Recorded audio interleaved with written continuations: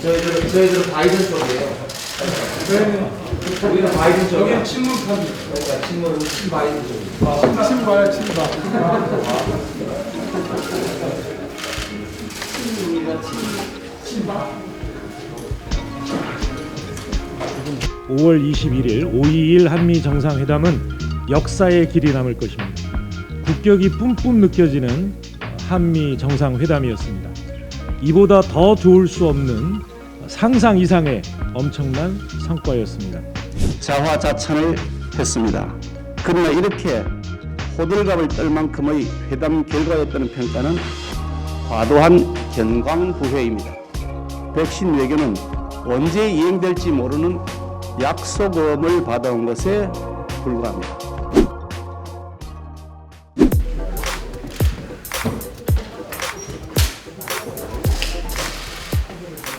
저희들은 바이든 쪽이에요. 우리는 바이든 쪽이야. 여기 친문판. 그러니까 친문은 바이든 쪽이에요. 친봐야 친봐. 친문이가 친바. 5월 21일 5.21 한미 정상회담은 역사의 길이 남을 것입니다. 국격이 뿜뿜 느껴지는 한미 정상회담이었습니다. 3박 5일의 짧은 일정이었음에도 불구하고 문재인 대통령의 이번 방미 성과는 이보다 더 좋을 수 없는 상상 이상의 엄청난 성과였습니다. 양국 정상은 그 어느 때보다 굳건한 한미 동맹을 과시했습니다. 양 정상이 명예훈장을 수여한 한국전쟁 참전 군인 앞에 함께 무릎 꿇은 모습은 양국의 굳건한 동맹관계를 보여주는 상징적인 장면이었습니다. 국군 55만 명에 대해 백신 지원을 합의한 것은 한미동맹의 굳건한 우위를 보여주는 것이었고, 한미 군사동맹이 코로나와의 전쟁에서도 굳건한 동맹을 지켜나간다는 것을 의미합니다. 문 대통령을 맞는 바이든 대통령과 미 행정부는 어느 때보다 정중했습니다. 참전용사 명예훈장 수여식에 대한민국 국가 원수가 참석한 것도 미국 역사상 처음 있는 일이었습니다. 군사적으로 중요한 외교 각서인 한미 미사일 지침의 종료 합의를 문재인 대통령이 직접 발표하게 한 것도 예측 못한 일이었습니다. 문재인 대통령이 42년 만에 미사일 주권을 되찾은 미사일 지침 해제를 선언하는 모습은 정말로 뿌듯했습니다. 미사일 사거리 제한이 사라진 것은 정말 놀라운 성과입니다. 군사 분야뿐만 아니라 대한민국의 우주 항공 산업과 연관 산업을 비약적으로 발전시키는 계기가 될 것입니다. G7과 어깨를 나란히 하는 강대국으로 발돋움할 수 있는 계기를 마련했다 할 수 있습니다.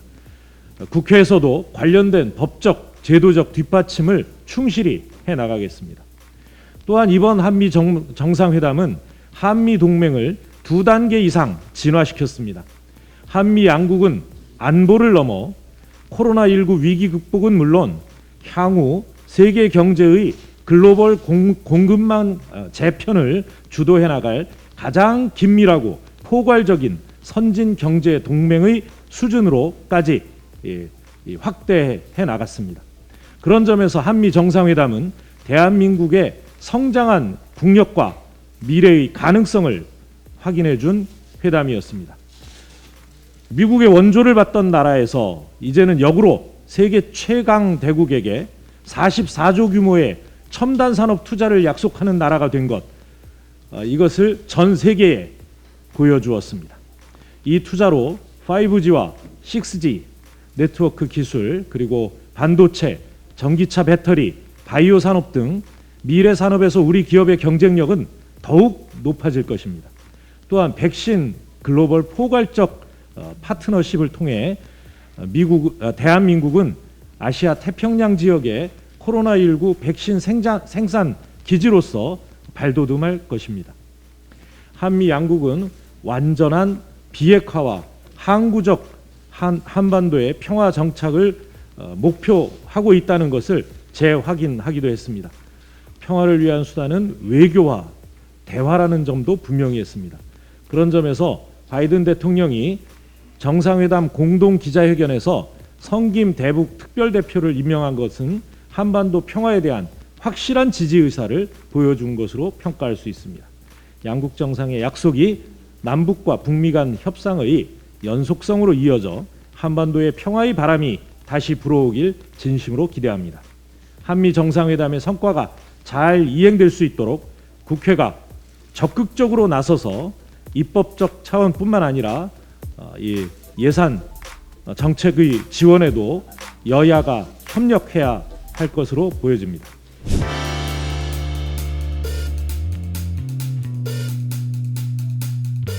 이번 한미 정상회담에 대해 청와대와 집권당은 최고의 순방, 최고의 회담, 건국 이래 최고의 성과, 더할 나위 없는 결과라고 자화자찬을 했습니다.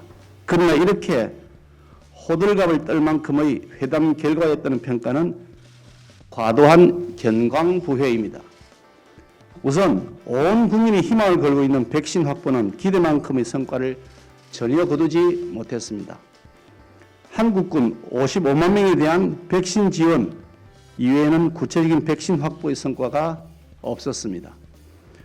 특히 우리 기업들이 44조 원 규모의 대미 직접 투자 계획을 발표했음에도 결국 손에 잡히는 성과를 가져오지 못했다는 점에서 백신 외교는 언제 이행될지 모르는 약속음을 받아온 것에 불과합니다.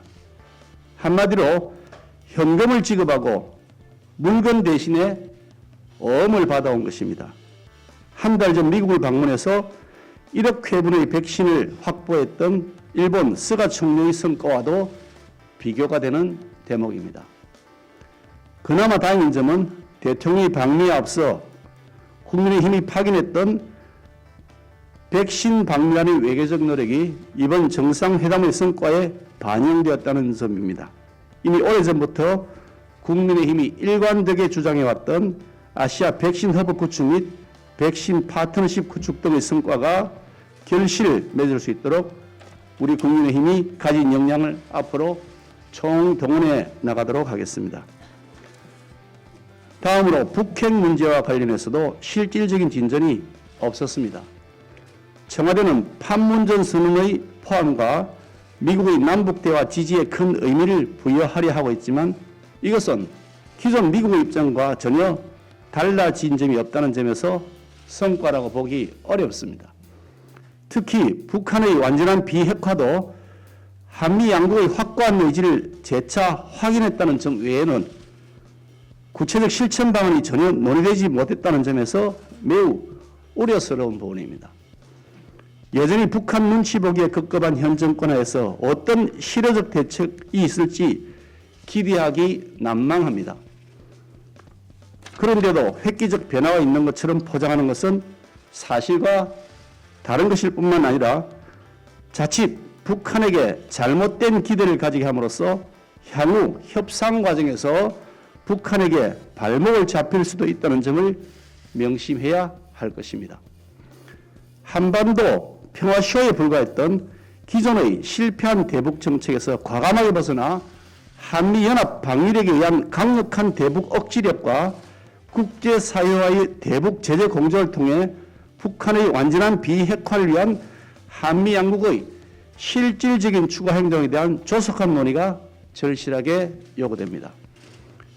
지역 안보와 관련해서는 문 대통령은 규범에 기반한 국제 질서의 조회나 위협에 대한 반대 입장을 공유함으로써 쿼드가 지향하고 있는 핵심 원칙을 수락했고 더 나아가 남중국해와 대만 문제까지 포함시키는 커다란 변화를 보였습니다. 올바른 선택을 대통령께서 했다고 봅니다. 그러나 한순간에 외교정책 노선을 뒤바꾸는 모습은 그동안 현 정권이 보여주었던 아마추어 외교의 단면을 보여준 것으로서 앞으로 국제 외교 관계에서 결국 국가적 신뢰를 상실하는 결과를 낳지 않을까 우려되는 대목이 또한 없지 않습니다. 이처럼 한미 정상회담은 한마디로 문 정권의 협상력과 외교력 부재가 드러난 것으로서 성과 30에 실망 70의 회담이라고 평가하지 않을 수 없습니다. 다만 여러 가지 이런 우려에도 불구하고 청와대의 인식 변화에 일말의 기대감까지 버리고 싶지는 않습니다. 문재인 정권은 그동안 낡은 이념적 잣대에 기반한 신중으로서